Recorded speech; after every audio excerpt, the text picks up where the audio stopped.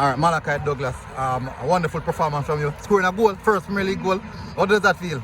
It feels good.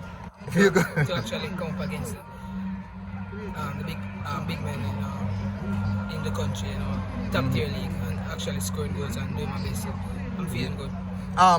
Basically, since the transition from schoolboy football to here, what's the difference with this versus schoolboy football? Well, you have to move quicker, definitely, and it's a lot rough. It's a lot rougher, So normally, the schoolboys not so penetrative, but these men are rough and play quick, so Faster, pace, power. adjusted.